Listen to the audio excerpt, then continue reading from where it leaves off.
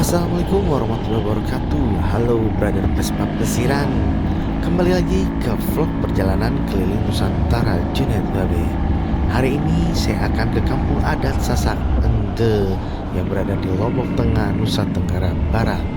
Di sana saya akan ngevlog dan bertanya-tanya banyak tentang kampung adat Sasak Ende. Mohon izin Bapak, boleh foto sebentar di depan situ? Ya, mohon izin ya Pak. Silakan.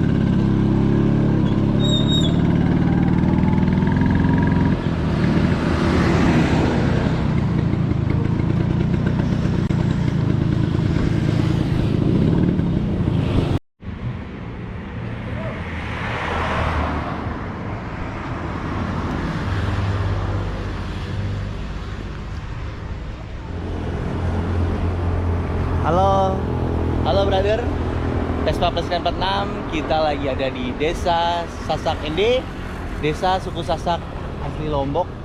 Saya ditemani oleh Abang Kadir. Nah, Abang Kadir ini nanti temenin kita ke dalam. Bang, Siap, mari. Jadi Sasak Ende, Sasak nama Ende. Ende. Bukan Oh, Ende. Ende, karena kebanyakan Ende ya? orang tahu itu kalau Ende di Flores. Iya, Flores, di betul. NTT. Hmm. Kemudian kalau di sini kita bacanya pakai huruf E jadinya Ende. Oh, Ende. Sebenarnya Sasak kalau kita Ende. bicara sejarah, kata Ende ini sendiri kita ambil dari kata Ende sebenarnya.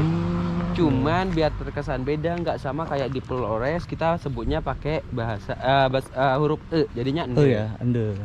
Kemudian Ende sendiri kalau di Sasak itu artinya tameng atau perisai untuk tari tradisional yang kita miliki, yaitu tari presea. Jadi perisainya itu mereka sebut Ende kalau dalam bahasa Sasak.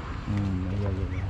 Kemudian di kampung ini sendiri juga ada 175 orang yang tinggal dari 35 kepala keluarga. Oh, 35 kakak ya? Cuman jumlahnya itu juga dia nggak dibatasi karena nanti kalau ada generasi baru nikah, dia bikin rumah baru, bikin keluarga barunya juga di sini. Oh gitu. Atau abangnya mau ngambil foto dulu. Oke. Desa wisata Sasak Ende, Sengkol itu nama desanya. Jadi kalau kita kan di sini juga masih termasuk kampung gitu. Kemudian Kecamatan Pudut, Lombok Tengah. Ngambil foto, ngambil video, kemudian informasinya kita ke sebelah sini ya. Biar lebih santai Mas ya. Kita sambil duduk aja. Oke. Abang. Kemudian salah satu dampak positif, kita duduk aja Bang. Ya duduk enak-enak. Nah, masih Ya, di sini lebih aja. enak. Oke, sip. Sambil cerita biar lebih Betul. santai. Oke, jadi kita bicara dari sejarah dulu. Jadi kampung ini sebenarnya udah lama ada, cuma dijadikan sebagai objek wisata itu mulai dari 1998. Oh, 1998 ya. Kemudian kita ada perhatian dari pemerintah itu 3 tahun setelah berjalan. Artinya itu tahun 2001 baru kita ada support dari pemerintah. Itu yang pertama, dulu dari pemerintah kita dapat listrik sama air pump. Oh, listrik sama air pump. Beberapa tahun berselang kita dapat bantuan dari PNPM Mandiri, Mas. Oh, PNP Mandiri ya. Itu berupa beberapa bangunan, beberapa unit toilet. Kemudian sebagian kita dapat biaya rehab. Dan dari Menteri BUMN yang terakhir kita dapat bantuan beberapa unit bangunan baru, itu salah satunya untuk musola. Tunggu sholat ya. Ada 1 toilet di luar. Kemudian 2 bangunan baru di luar itu juga salah satunya sebenarnya untuk kuliner. Cuman belum sepenuhnya aktif difungsikan, kita dilanda gempa pas pembangunan itu. Oh, gempa ya, gempa. Gempa tahun 2018 ya. Kemudian itu pariwisata kan mati juga Mas. Betul. Beberapa bulan belum selesai gempa udah dilanda corona, mati Betul, total. corona mati total kemarin ya. Jadi itu belum berfungsi. Kemudian di sampingnya itu sebenarnya untuk balkon desnya gitu. Oh, gitu. Dan Tapi di atas mulai sekarang ini gimana wisata? kalau untuk sekarang 2022 itu setelah event GP, Event GP ya? alhamdulillah kita juga kayak udah mulai wisatawan berdatangan. Kemudian di bulan-bulan ini kan kebanyakan juga yang berkunjung udah mulai nggak cuma domestik lokal, artinya juga turis juga udah mulai rame. Oh gitu. Kemudian support dari Menteri BUMN itu juga ada 3 bangunan di dalam sini. Itu salah satunya untuk koperasi, satu untuk area tenun, dan satu lagi itu untuk sanggar seni, di mana sanggar seni itu berfungsi bila nanti kalau ada tamu grup yang berkunjung ke kampung kami di sini, biasanya itu mereka suguhkan 3 jenis atraksi budaya yang kita miliki. Yang pertama itu nanti ada musik genggung, kita sebutnya dalam bahasa Sasak. Ada musik tradisional gendang bele, dan yang terakhir itu baru tari tradisionalnya yang saling pukul pakai rotan, yang kita sebut dengan istilah tari presian kalau dalam bahasa Sasak. Dan sampai sekarang ini kita masih kelola, cuma ini sifatnya swadaya sebenarnya, Mas. Swadaya ya. Ini swadaya masyarakat, jadi mereka jadikan sebagai objek wisata setelah generasi mudanya itu tahu akan pariwisata gitu. Kalau untuk luas ininya, luas desanya, area itu sebenarnya kurang lebih 2 hektar, Mas. 2 hektar. Cuma yang baru terpakai itu paling 1 hektar. 1 hektar. Karena kan di sini seperti yang saya katakan tadi, jumlah kakaknya cuma 35, cuman bisa nambah. Gitu. Kalau jumlah rumah adatnya ini? Kalau untuk jumlah bangunan itu lebih dari 40 bangunan. 40 bangunan. Karena apa? Generasi muda di sini, khususnya pemuda Sasak, sebelum nikah itu dibikinin rumah baru dulu. Kita dituntut harus punya rumah baru. Biasanya 1 tahun sebelum nikah mereka mempersiapkan rumah baru gitu. Kalau untuk hasil buminya nih, Desa Sasak ini jadi apa nih? Yang utama itu kita hidup dari bertani dan itu padi ya. Cuma di sini kan sawah tak ada hujan, panen sekali dalam setahun ya. Kemudian untuk mengisi waktu luang pas musim kemarau tiba, itu rata-rata dari kita di sini punya kreativitas khusus. Biasanya perempuan bikin sarung tenun. Tenun ya. Kemudian bapak-bapaknya itu bikin anyaman. Karena setelah kampung ini dibuka untuk objek, kita juga dapat pelatihan dari pemerintah. Itu baik itu untuk segi kuliner dan salah satunya juga untuk bikin kreativitas dari rotan. Rotan. Nah, itu ya berarti ya, benar. Berarti Desa Sasak ini tidak melupakan leluhur ya. Iya. Jadi itu yang kita jaga, itu yang kita jual sebenarnya untuk wisatawan. Karena sekarang kan juga udah mulai sulit. Orang yang mau menjaga kelestarian adat budaya. Benar. Apalagi rumah tradisional seperti ini kan, materialnya ganti semua. Nah, kebanyakan dari orang Sasak sekarang itu nggak mau repot beberapa kali. Jadi ganti material, yang awalnya pakai ilalang untuk atap, sekarang pakai genteng. Ya, yang modern lah. Yang modern lah.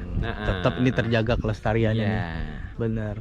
Asli Sasak Lombok. Sasak. Kemudian untuk informasi mengenai rumahnya, saya mulai, Mas ya. Jadi untuk bangunan yang pendek depan ini adalah bentuk dari rumah adat kami yang ada di Pulau Lombok. Sedangkan untuk nama sendiri ini kita ambil dari bahasa Sasak, dan kebetulan juga kita sesuaikan dengan profesi. Jadi dalam istilah Sasaknya kita sebut Bali Tani. Bali itu artinya rumah, tani artinya petani. Ini rumah para petani karena rata-rata mayoritas utama mereka cuma hidup sebagai petani. Kemudian untuk struktur depan dari bangunan ini rata-rata juga mereka bikin pendek atau miring. Ini juga punya maksud sebenarnya biar nanti kalau ada tamu yang mau masuk itu dituntut harus nunduk. Jadi nunduk itu artinya kita hormat. Nggak nunduk nggak hormat nanti kita dapat hukuman gitu. Iya. Betul. Mas tahu hukumannya apa? Betul. Hukumnya apa tuh? Nanti kepala benjol kebentur. Kebentur. Karena pendek. Jadi filosofi utama memang ibarat kata seperti padi. Iya. Semakin berisi semakin menunduk. Betul. Jadi filosofi utama leluhur kita itu mengajarkan dan mengatakan bahwa manusia itu setara tanpa harus memandang siapa dia. Betul. Gitu. Betul. Bahkan itu juga nanti berlaku untuk pemilik rumah. Betul. Nggak nunduk ya salah sendiri. Karena kita di sini tuh nggak menyediakan asuransi. Jadi resiko tanggung sendiri. Gitu. Oke. Baik, kita beralih ke material. Jadi rumah adat di sini tuh materialnya segalanya itu mereka bikin dari alam. Sifatnya itu nggak ada yang permanen. Jadi untuk atap itu mereka bikin dari daun ilalang. Kemudian ketahanan mereka ganti 6 atau 7 tahun sekali. Kemudian bambu ini pun juga nggak permanen. Jadi ada beberapa rumah, sebenarnya salah satunya rumah yang sebelah sini itu udah ratusan tahun, cuman masih kelihatan baru karena segalanya itu udah diganti terkecuali sama tiang. Jadi tiangnya aja yang belum diganti gitu. Gitu. Jadi ada yang rusak ganti, ada yang rusak ganti. Kayak untuk dinding, pagar ini kan mereka ganti, ada yang 14, 15 tahun. Kemudian yang paling unik dari rumah adat kita di sini tuh pondasi atau lantainya ini mereka bikin pondasi awal dari tanah liat. Dan lihat ya. Sebagai pengganti semen itu mereka pakainya kotoran sapi Kotoran atau sapi kotoran ya? kerbau. Untuk lantai ya. Karena orang Sasak itu pertama kali kenal semen bukan dari semen 3 roda. Iya, dari kotoran. Tapi Ya. semen 4 kaki 4 yang kita kaki. kenal gitu. Jadi rata-rata Semen 4 kaki. Setiap rumah di sini Mas dituntut harus punya sapi. Iya. Karena segala dari sapi itu nggak ada yang terbuang, mulai dari Iya, kotoran, dari kotoran. tenaga, daging itu juga masih apa ya, kayak benar-benar fungsinya luar biasa bagi kita. Iya, Karena sapi atau kerbau itu selain untuk pengganti semen, selain untuk tradisional traktor juga sebagai stok terakhir. Artinya nanti gagal panen sapi, ada yang meninggal, ada yang menikah sapi. Iya. Problem juga nanti sapi. Jadi segalanya itu tertutupi sama sapi. Maka dari itu walaupun wisatawan di situ mengeluhkan, kebanyakan dari mereka itu nggak suka akan bau, cuman nggak Bau, bisa iya. kita hilangkan. Betul, itu udah ciri khas. Jadi bau ciri khas dari kampung kami itu nggak terlepas dari sapi. Betul. Oke. Karena Terima kasih. untuk ini sifat dari kotoran sapi itu juga mereka bikin nggak permanen Mas. Jadi sekali seminggu, ada yang 3 kali dalam 1 bulan itu kotoran sapi diganti. Mereka ngepel lagi pakai yang baru. Gitu. Jadi tiap kali lantai kalau udah retak berdebu itu artinya butuh kotoran baru. Dia mengeras ya lama-lama ya. Sebenarnya ya, jadi makin sering dipoles lantainya itu makin bagus, Makin licin ya? keras, Oh, makin keras ya? licin, makin Oh, mengkilat gitu. gitu. Bahkan dulunya itu juga mereka pakai daun randu buat kayak biar lantainya itu kelihatan kinclong gitu. Oh, gitu daun randu ya. Gitu. Kemudian untuk lebih jelasnya Mas kita juga bisa masuk, kita boleh lihat bagian dalamnya, cuman dituntut harus nunduk. Ya. Sambil nunduk nanti Masnya boleh bilang tabik balar. Tabik balar. Jadi itu ucapan permisi dalam bahasa Sasak. Ya, tabik balar. Oke. Ya. Kemudian kita di sini juga jual apa yang kita bisa bikin, Oh, gitu. apa yang bisa kita petik, apa yang bisa kita hasilkan. Artinya salah satu income juga sih untuk warga Sasak Iya, di iya. sini yang awalnya memasarkannya cuma di pasar, sekarang mereka bisa langsung pasarkan di sini. ya. Oh, gitu. Kita ada jamu STMJ juga Mas. Iya, iya, iya. Jamu tanpa efek samping. Kata penjualnya itu yang ada itu cuma efek depan. Oh, gitu. Iya, Ini iya. ada iya. telur campur Itu madu. bagus juga ya buat telur campur UMKM -nya. madu, kemudian jual mangga, jual jajan tradisional. Itu apa yang mereka bisa bikin lah. Betul. Nanti kita ke sana dulu ya. Iya. Oke. Oke, kita menuju ke rumahnya. Nunduk, Adatnya. tabik balar jangan lupa. Ya. Sebelum kita masuk, kita harus ucap tabik balar. Permisi, Bu. Jadi ini perkampungan asli. Jadi setiap rumah di sini tuh ada yang tinggal. Karena kita nggak punya rumah lain lagi gitu. Ya. Jadi benar-benar perkampungan yang dibuka untuk objek.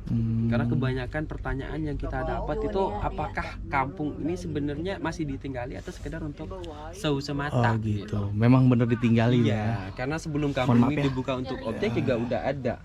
Ini dia rumah adat Sasak. Oke, dan selanjutnya Mas, jadi rumah adat di sini kita bikin cuma ada 2 kamar atau 2 ruangan. Ada bagian dalam sama bagian luar. Di mana bagian dalam itu untuk perempuan, kalau laki-lakinya itu di luar sini. Oh, laki-laki di luar. Jadi orang Sasak itu tradisinya tidur pisah walaupun sebenarnya mereka udah nikah. Udah nikah ya. Oh. Terkecuali yang masih pengantin baru, tahu sendiri nggak Oh, bisa iya, iya. ganggu gugat, Betul, betul. honeymoon, mereka Oh, gabung di gitu. dalam sini. Oh. Dapat 1 anak mereka wajib hukumnya tidur pisah. Iya. Tapi itu bukan untuk program KB. Karena bagi kami itu maknanya keluarga besar, bukan keluarga berencana. Jadi punya 1-2 anak itu nggak cukup. Jadi mereka bikin anak sebanyak-banyaknya dengan harapan banyak yang bantu untuk kerja. Tapi era modern seperti sekarang kebanyakan orang juga bilang banyak anak itu banyak masalah. Betul. Tapi kita nggak lihat dari segi ini masalahnya. Jadi kita lihat dari ini apa kayak yang bisa bantu kan juga banyak. Betul. Gitu. Silakan masuk aja kalau mau masuk, kalau mau ngambil video, foto sama pemilik rumah atau orang lokal di sini juga nggak apa-apa. Meskipun kita tinggal di kampung, juga kita di sini punya model Mas. Ya, ini adiknya ya. Adik. Halo, saya. Halo, adik. Halo, ya. Nah, itu model plus juga sebagai ikon dari kampung kami Iya. ini Mas. Karena setiap pengunjung pasti nanti dia akan ngambil foto sama ini. Bahkan seringkali dari bahasa Indonesia. Iya betul. Kita masuk dulu nih. Bahasa sehari-harinya itu cuma bahasa Permisi. Sasak. Oh, ya siap. Nah, inilah romantic roomnya, Romantic sederhana roomnya. tapi benar-benar spesial. Betul. Kemudian kesehariannya itu mereka tidur masih pakai tikar, Tikar ya. aktivitas masak itu di luar, kemudian segala perabotan itu sebagian ditaruh di atas. Terpandang. Oh, ini Bagian lantai di yang dari ini ya? Iya. Dari kotoran- luar juga kotoran sapi dari ya? kotoran sapi. Iya, ini Oh. udah kuat. Bahkan ini lebih kuat dari semen 3 roda. Iya, keras ya. Karena apa ya? Keras. Karena rumah adat di sini dibikin dari semen tradisional, cuman bisa ini kayak tahan gempa gitu. Betul. Rawanya itu cuma sama api, karena kita kan bikinnya ini Mudah ya, karena mudah terbakar. iya, mudah terbakar semua. Iya. Perabotan ini. sebagian itu untuk tempat sholat gitu. Tempat sholat. Istimewa sekali nih.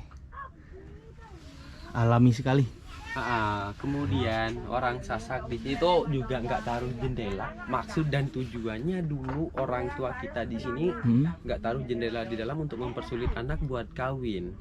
Gitu. Karena sistem perkawinan yang masih kita terapkan sampai sekarang di Pulau Lombok itu adalah sistem kawin lari atau kawin culik. Oh. Yang lebih enak kita sebutnya itu merari. Benar, merari. Karena ya? kalau kita bilang kawin lari kan capek Mas, lari-lari mulu. Betul, betul. Kawin culik kriminal. Ya. Jadi lebih enak kita sebutnya merari. Jadi kita bawa kabur anak orang. Itulah kita langsungkan malam hari, cuman didasari sama cinta. Ada pacaran juga. Justru pacaran di Sasak itu kita masih diatur sama adat. Betul.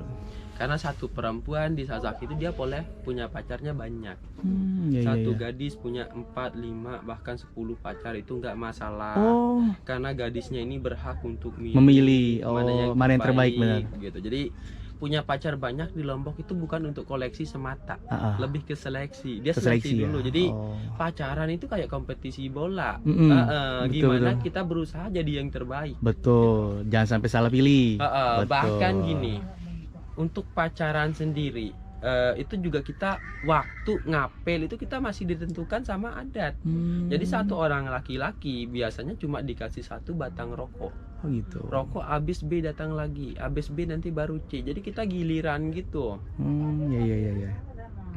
Dan untuk kalau kita mau bilang ini kawin culik itu kan sebenarnya kayak sekedar filosofi. Memang gadis ini kita bawa kabur malam hari itu secara diam-diam tanpa ada yang tahu. Gitu. Tapi ya habis diculik nanti kita laporan. Biasanya dari pihak laki-laki kita akan utuskan 2 orang datang ke rumah perempuan untuk kasih tahu bahwa anaknya udah diculik sama ini gitu. Itu berlangsung 3 hari berturut-turut. Dan di hari ketiga karena kita juga muslim barulah ada proses akad nikah. Oh, kita gitu. meminta wali dari pihak perempuan untuk datang dan setelah akad nikah barulah nanti ada pesta besarnya. Jadi kita berarti emang udah ciri khasnya merari ya. Jadi dibawa kita lari dulu gitu. Jadi Pulau Lombok ini kan terkenal dengan pulau 1000 masjid. Betul. Dan lebih dari 1001 maling. Betul. Karena rata-rata pemuda Sasak dituntut harus berani bawa kabur anak orang dulu. Iya, gitu. Baru dapat istri. Karena kalau kita nikah secara lamaran itu justru dianggap penghinaan di sini. Karena anggapannya orang tua perempuan itu kayak barang aja yang diminta seenaknya. Jadi mereka lebih merasa terhormat, lebih merasa senang kalau anaknya itu diculik. Iya. Dan orang Sasak itu sampai sekarang masih menerapkan kawin lari atau kawin culik itu karena 3 alasan sebenarnya. Alasannya Salah apa tuh? satunya itu adalah perbedaan kasta. Hmm. Yang kedua itu restu orang tua. Jadi anak kalau udah diculik suka nggak suka dia harus terima. Ya. Kemudian alasan ketiga itu karena di Sasak ini diperbolehkan punya pacar banyak. Gitu. Iya. Kalau lamaran kan saingan nanti tersinggung juga bahaya. Bahaya, gitu. betul, Jadi kalau betul. diculik nanti kalau kita bawa ke rumah kita yang laki kan banyak yang jaga, tanggung jawabnya ketua adat, belum lagi ini bertanggung jawab. Oh gitu. Ya. Kalau untuk masalah pendidikannya untuk anak-anak di Sasak ini gimana tuh? Oke, Bang? kalau pendidikan sekarang kita ngikut perkembangan zaman. Mm-mm. Karena prinsip orang dulu sama orang sekarang itu udah beda, Mas. Kalau sekarang kan sekolah dulu, yang lain belakangan. Kalau orang dulu itu berprinsip carinya yang udah nyata, udah di depan mata. Jadi kebanyakan orang Sasak itu nggak bisa bahasa Indonesia karena nggak pernah sekolah, karena mereka lebih memilih ngembala. Karena sapi kan udah kelihatan hasilnya di sini gitu. Gitu ya. Tapi kalau sekarang kan sekolah butuh waktu juga, Bener. lulus SMA juga belum tentu. Kuliah lagi. Ya. Dan belum lagi nanti kenal cinta, Betul, mentok, benar. nikah. Jadi orang Sasak itu lebih mengutamakan anak laki juga, Mas, ketimbang anak perempuan. Bahkan nanti ada juga sih yang sampai nikah lagi. Karena dari satu istri cuma dapatnya anak perempuan. Oh gitu. Karena mereka lebih mengutamakan anak laki. Belum selain untuk generasi penerus. Jadi anak laki itu kan juga nanti apa ya? Dia yang bertugas buat jaga orang tuanya setelah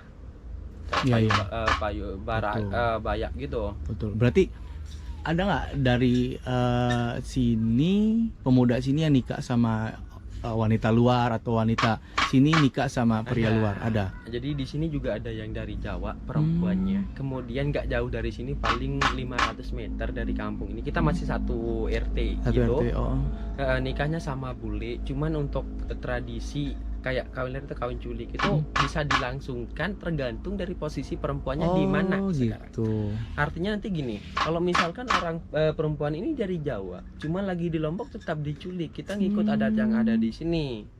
Tapi kalau perempuan ini dari Jawa, lagi di Jawa, kita ngikut adat yang ada di sana. Karena nggak jarang juga nanti untuk proses akad nikah segala macam nanti kita ngelamar gitu.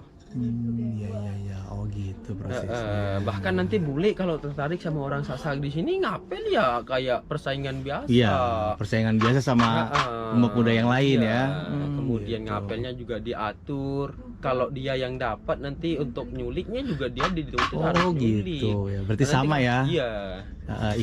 Ikutin peraturan adat di sini lah berarti. Peraturan gitu. Dari sini, Mas. Kalau untuk pendidikan apa? Kalau untuk SD kita di sini kan rata-rata sekarang udah sekolah. Iya. Kemudian SD 500 meter, kalau untuk SMP, SMA itu hampir 2 kilo dari sini. Dan pendidikan paling tinggi di kampung ini ada sih yang sampai universitas. Udah ada ya? Udah ada. Cuman itu ada satu orang. Satu orang di mana tuh sekarang?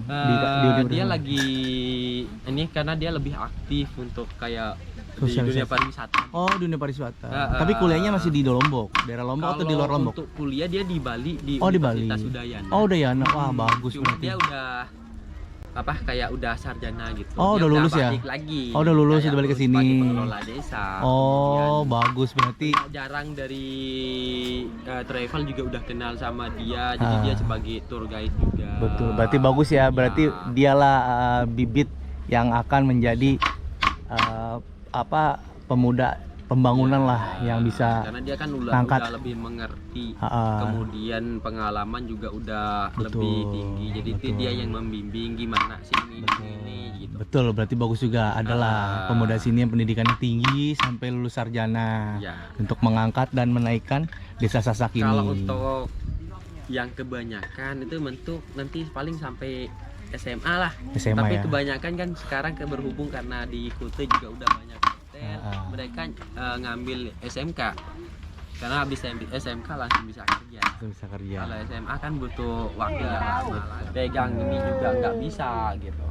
Kemudian aktivitasnya seperti yang saya katakan tadi, untuk mengisi waktu luang Ibu ini Itu lagi bikin tenun. sarung tenun. Cuma Sarung tenun. tenun itu kan ada tiga macam yang ditenun. Iya. Ini untuk pemula. Biasanya anak-anak di sini sebelum mereka belajar baca tulis di sekolah udah nenun dulu. Oh, harus tenun Jadi dulu ini ya. yang utama karena Harus orang bisa nenun. Sasak itu dalam aturan adat boleh nikah muda. Ini yang paling penting. Mm-mm. Artinya nanti kalau perempuan ini udah bisa nenun dia boleh nikah.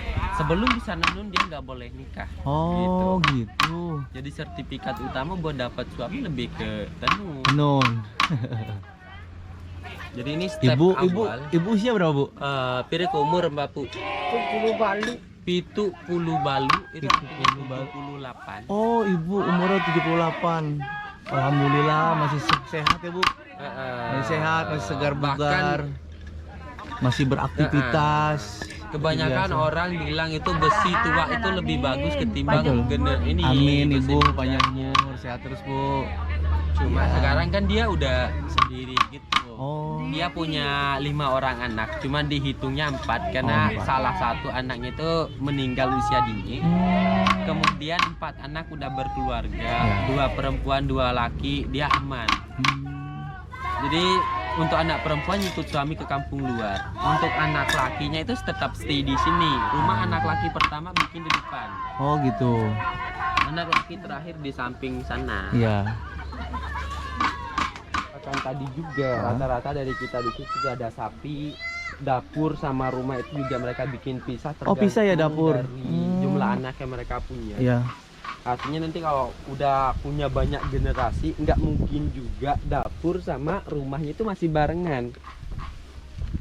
Jadi untuk rumah itu cuma dipakai untuk tempat tidur, terima tamu, Oh.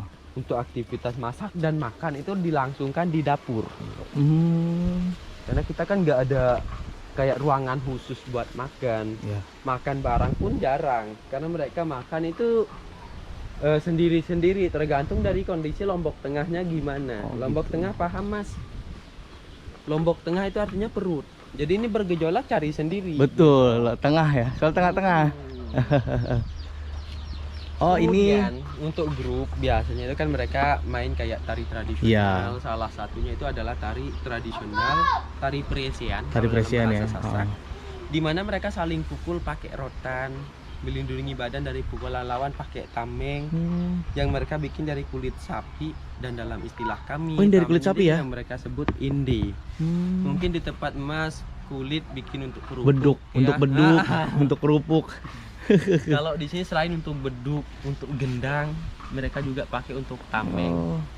Di mana tari ini dimainkan oleh 3 orang laki-laki. Heeh. Satu dari mereka itu akan menjadi wasit, 2 sebagai petarung. Yang dalam istilah kami kalau wasit itu kita sebutnya itu kayak pekembar. Kemudian kalau petarungnya itu kita sebut pepadu. Oh, papadu.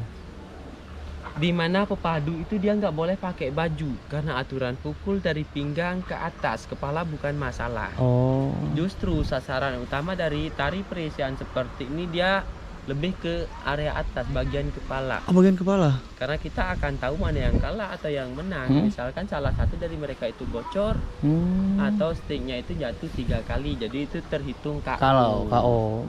Jadi kalau kita cedera separah apapun di bagian badan, asalkan nggak ada darah itu tetap dihitung draw. Oh, gitu. Tapi kalau sudah mengeluarkan darah berarti Atau sticknya ini jatuh 3 kali itu juga dihitung KO. KO gitu. Kemudian untuk tari ini kalau kita bicara sejarah, dulunya itu orang Sasak pakai yang pertama untuk seleksi prajurit. Jadi ini untuk memilih panglima perang. Oh, panglima Karena perang. dulunya itu juga Lombok punya kerajaan. Punya kerajaan bener ya. Jadi dikala satu kerajaan ini tidak mau berperang itu mereka akan adu semua prajuritnya dengan syarat mana yang terkuat, mana yang termenang itu dijadikan sebagai panglima. Oh, gitu. Kemudian Tapi kalau udah acara tarung gini ada acara-acara ritual adat itu enggak? Ada. kalau dulu ini juga dipakai untuk ritual minta Oh, ritual. hujan. Oh. Karena orang Sasak dulunya itu adalah animis dan dinamis. Ya. Jadi dengan keyakinan nanti kalau misalkan kita dilanda musim panas yang berkepanjangan, maka satu desa biasanya kita diajak sama kayak pertokoh gitu buat bikin tari Presian seperti ini di area persawahan. dengan keyakinan ada yang bocor, darah yang menetes ke tanah, itu mereka ibaratnya seperti air. Oh iya. Semakin banyak darah itu artinya hujannya juga makin deras. Cuma itu dulu kayak Tegar bilang aku yang dulu bukanlah yang sekarang. Iya betul. Gitu. Jadi kalau dulu kan kita animis, sekarang kita udah mengenal Muslim secara sempurna. Untuk tari tradisional seperti ini, pemerintah kami di Pulau Lombok juga masih menjaga kelestariannya. Biasanya untuk menyambut event-event besar. Itu juga untuk hari-hari nasional kayak 17 Agustus yang bentar lagi ya. Jadi seminggu sebelum hari hanya itu mereka udah sambut pakai tari tradisional seperti ini. Jadi setiap petarung yang ada di Pulau Lombok itu diadu nanti ketangkasannya. Gitu ya. Kemudian ini juga untuk event besar, karena kita di sini di Sasak juga punya event yang paling besar itu bau nyali namanya Mas. Oh, bau nyali. Mungkin udah pernah dengar. Jadi bau nyali itu adalah kita nangkap cacing laut yang muncul cuma sekali dalam setahun.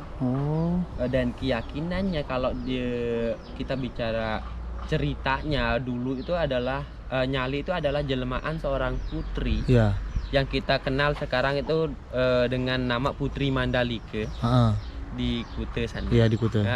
Jadi itu adalah Putri Mandalika yang menjelma menjadi nyali karena dia nyebur ke laut gitu. Jadi dia menjelma menjadi nyali. Itu setiap bulan apa? Itu sekali setahun biasanya. Kalau dalam kalender itu bulan Februari Mas. Oh, bulan Februari. Itu kita hitung bulan 10 bulan atas. Oh, berarti itu di sana ada ritual acara adat gitu ya. Jadi seminggu sebelum hari H-nya itu mereka udah kayak ada tari, ada musik, bahkan karena itu kan event yang paling besar yang kita miliki di Pulau Lombok ini, kadang artis ibu kota juga banyak. Iya, banyak yang datang. Belum lagi untuk karnaval, festivalnya gitu. Oh, seperti itu. Cuma uniknya nyali atau cacing itu muncul sekali dalam setahun dan dia berwarna-warni Mas. Jadi ada 4 warna, ada yang kayak oranye, hijau, coklat, sama biru. Oh gitu. Muncul cuma sekali dalam setahun. Biasanya itu kita. Tapi besar nggak cacingnya? Sebesar apa? Panjang. Oh, panjang. Cacing itu kayak cacing biasa. Kalau di searching di Google mungkin nanti kalau mau nyari itu bilangnya nyali, dia akan muncul bentuknya kayak gimana. Oh gitu. Oke. Rasanya enak sih, cuman kalau kita bisa lihat dimakan. strukturnya itu lumayan jijik. Tapi untuk penderita darah tinggi atau untuk obat ya, untuk obat. Jangan. Oh, jangan. Karena itu kan tinggi kolesterol. Kolesterol tinggi ya. Parah ketimbang ini. Oh, betul. Daging kambing. Daging kambing benar-benar. Oh, gitu. Saya kira buat obat, ternyata nggak boleh ya. Karena kolesterol tinggi. Ya. Cuman milih nyebur ke laut karena banyak pangeran yang menginginkan dia sebagai permaisurinya. Gitu. Kuta Mandalika itu ya. Jadi Kuta Mandalika itu yang diambil dari kata nama seorang putri. Itu kayak mitos, cuman bener-bener nyata. Karena unik juga.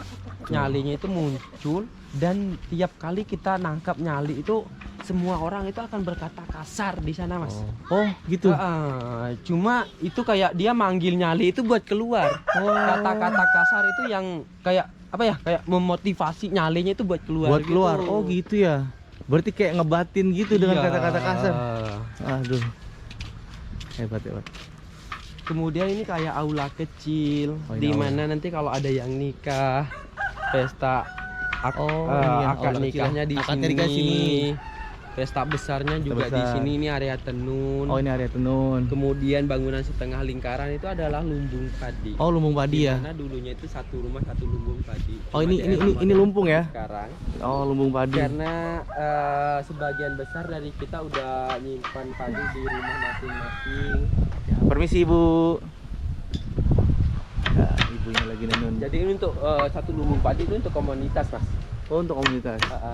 Jadi mereka ada yang bikin tenun juga. Jadi kita dibikinin di area sentral biar nanti kalau ada tamu yang mau coba mau lihat itu bisa di sini.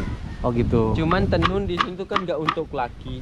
Ini dispesialkan khusus untuk perempuan saja. Ya. Betul.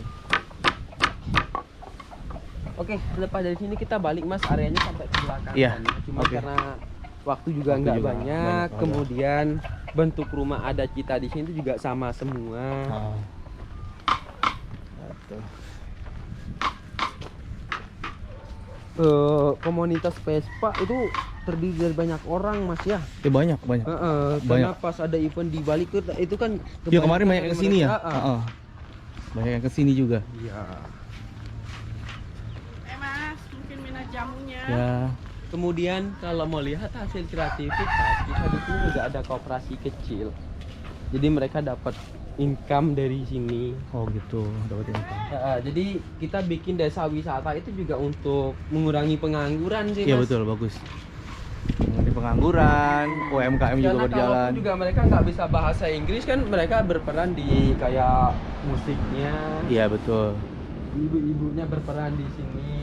Nah, Kemudian ini kita di sini juga ada Pok Darwis, di mana Pok Darwisnya itu melibatkan setiap warga, baik itu mulai dari anak-anak sampai yang dewasa. Jadi semua bertanggung jawab.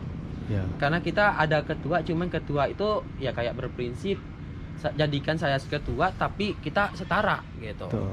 Jadi kalau saya salah tegur. Ya. Jadi kita bertanggung jawab, kita sama-sama jaga. Nah, Biar nggak ketua aja yang pusing. Gimana untuk memajukan sebuah destinasi wisata gitu, nggak harus dia yang promosi segala macam. Nah ini udah hasil kreativitasnya. Karena di Lombok Lombok itu ada di ini destinasi wisata yang masih menjaga kelestarian rumah adat sepertinya ada di 3 tempat Mas. Oh, ada tempat ya? 3 Jadi tempat ya? 2 di Lombok Tengah. Salah satunya itu Ende. Ende? 2 kilo dari sini searah ke Pantai Kute Iya. sana. Ada satu lagi namanya Sade. Sade, oh. Dan yang terakhir itu ada di Lombok Utara di kaki Gunung Renjani, pusat gempa tahun 2018 namanya Kampung Bayan. Oh, lumayan. Cuma di sana itu cuma nih ada 19 kakak dan itu nggak boleh nambah. Ya. Oke, dan seperti yang saya katakan tadi juga Ya, Mas, jadi betul. kita ada buku tamu. Ya, kita isi buku tamu dulu. Ya, Ibu. Ya, dimulai dari tanggalnya, Mas. Tanggal sekarang berapa? 28. 28. Beda. Itu juga sukarelanya. Ya.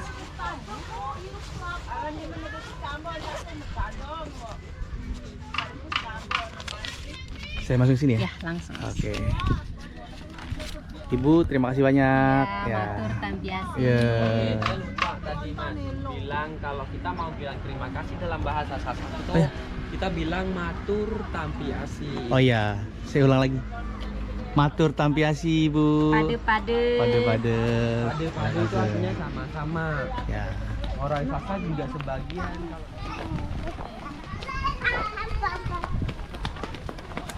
Mereka lebih dari 35 orang anak sih Mas sebenarnya. Oh gitu. Cuma kalau ya nggak ada tamu ya mereka main gitu. Main Kalau biasa. mereka tamunya datang mereka udah ini gitu.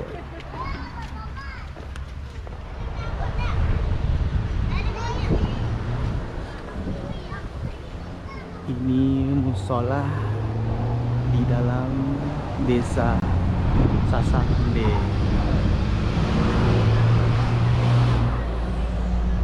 Sekarang mayoritas Muslim di desa ini. Oke, Brother Vespa Presiden 46, saya habis keliling di desa Sasakende, desa Sasak asli Lombok. Ya, ini ya bersama adik-adiknya. Ibu, adik, terima kasih. Ya, sampai berjumpa lagi. Sampai jumpa lagi, Bu. Vespa Plesiran 46 keliling Nusantara.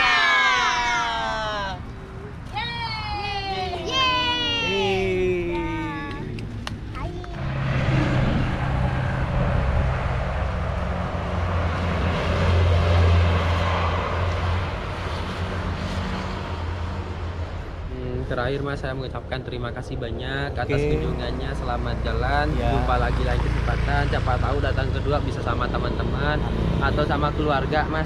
Ya, saya juga ucap terima kasih nih sudah diajak ke dalam buat tentang banyak lah saya tahu tentang desa Sasak ini. Terima kasih Bang Eri. Sama-sama. Sampai berjumpa lagi. Sehat walafiat selalu. Amin. Mas juga ya. Ya. Indonesia.